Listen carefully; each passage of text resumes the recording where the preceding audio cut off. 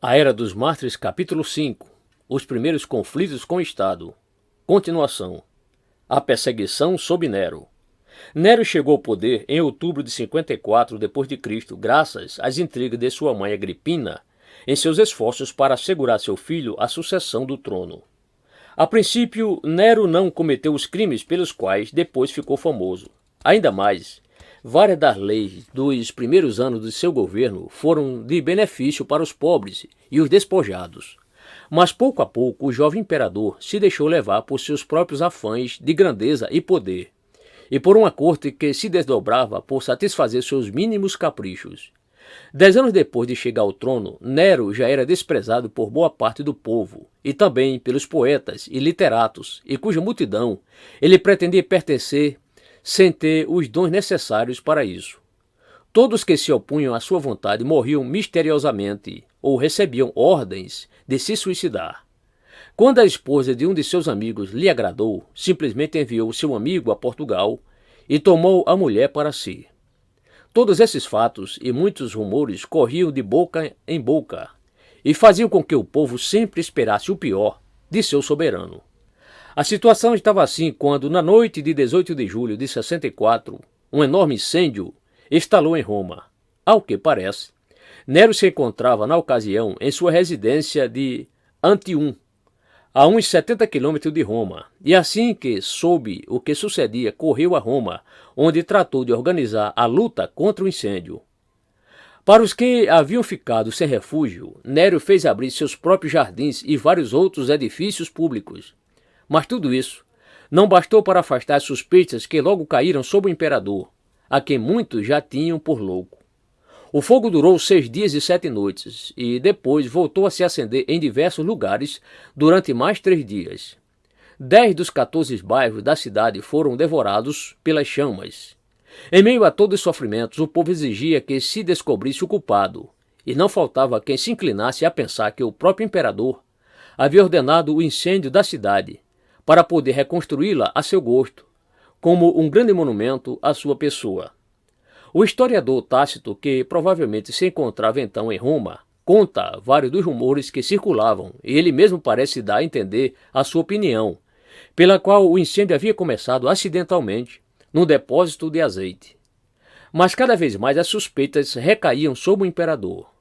De acordo com os rumores, Nero tinha passado boa parte do incêndio no alto da torre de Mecenas, no cume do Palatino, vestido como um ator de teatro, tangendo sua lira e cantando versos acerca da destruição de Troia.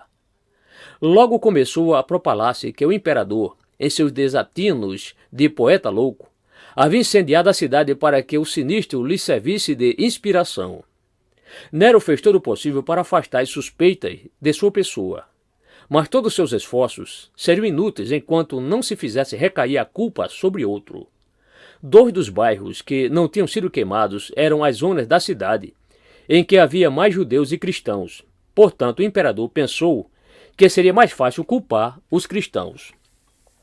O historiador Tácito parece crer que o fogo fora um acidente, portanto, a acusação feita contra os cristãos seria falsa. Ele mesmo conta o sucedido. Apesar de todos os esforços humanos, da liberalidade do imperador e dos sacrifícios oferecidos aos deuses, nada bastava para apartar as suspeitas, nem para destruir a crença de que o fogo havia sido ordenado. Portanto, para destruir esse rumor, Nero fez aparecer como culpados os cristãos, uma gente odiada por todos por suas abominações, e os castigou com muito refinada crueldade. Cristo, de quem toma o nome, foi executado por Pôncio Pilato durante o reinado de Tibério. Detida por um instante, esta superstição daninha apareceu de novo, não somente na Judéia, onde estava a raiz do mal, mas também em Roma, esse lugar onde se encontram seguidores de todas as coisas atrozes e abomináveis que chegam desde todos os cantos do mundo.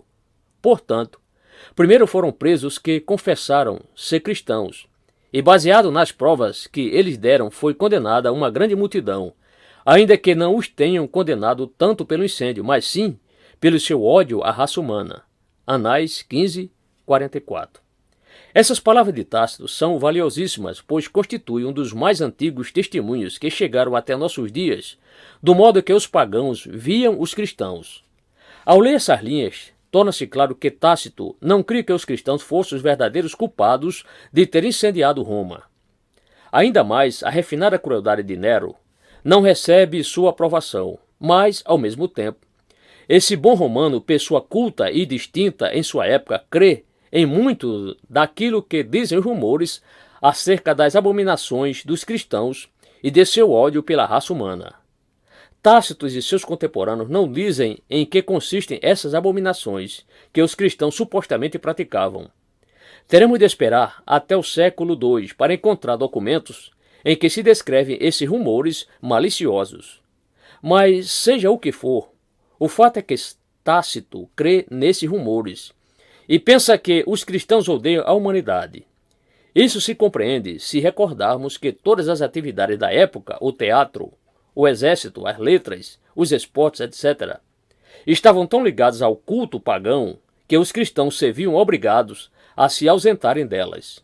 Portanto, diante dos olhos de um pagão que amava a sua cultura e sua sociedade, os cristãos pareciam ser misantropos, odiando toda a raça humana.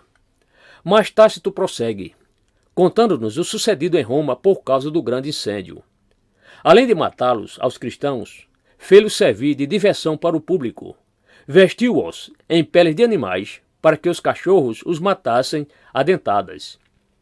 Outros foram sacrificados, e a outros acendeu-lhes fogo ao cair da noite, para que a iluminassem. Nero fez que se abrissem seus jardins para esta exibição, e no circo ele mesmo ofereceu um espetáculo, pois se misturava com as multidões disfarçado de condutor de carruagem, ou dava voltas em sua carruagem. Tudo isto fez com que despertasse a misericórdia do povo, mesmo contra essas pessoas que mereciam castigo exemplar, pois via-se que eles não eram destruídos para o bem público, mas para satisfazer a crueldade de uma pessoa. Anais 15.44.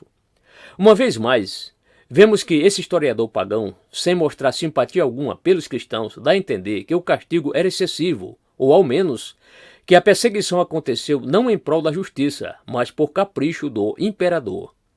Além disso, nessas linhas temos uma descrição escrita por uma pessoa que não foi cristã das torturas a que foram submetidos aqueles mártires. Sabemos pouco do número dos mártires.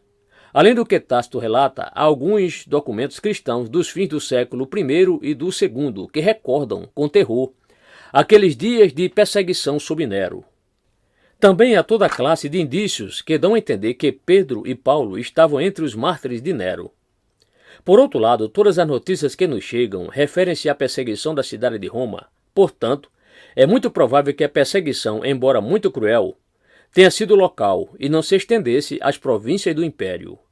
Ainda que, a princípio, os cristãos fossem acusados de incendiários, tudo parece indicar que logo começou a haver perseguição pelo simples fato de serem cristãos e por todas as supostas abominações que iam unidas a esse nome. O próprio Nero deve ter se apercebido de que o povo sabia que se perseguiam os cristãos não pelo incêndio, mas por outras razões. Tácito também afirma que, no final das contas, não se lhes condenou tanto pelo incêndio, e sim pelo seu ódio à raça humana. Em vista de tudo isso, e a fim de justificar sua conduta, Nero promulgou contra os cristãos um edito que, infelizmente, não chegou a nossos dias. Provavelmente, os planos de Nero incluíam estender a perseguição nas províncias, se não para destruir os cristãos nelas, ao menos para conseguir novas fontes de vítimas para seus espetáculos. Mas no ano 68, boa parte do império se rebelou contra o tirano, e o Senado romano o depôs. Fugitivo e sem ter para onde ir, Nero se suicidou. Com sua morte, muitas de suas leis foram abolidas, mas seu edito contra os cristãos continuou em vigor.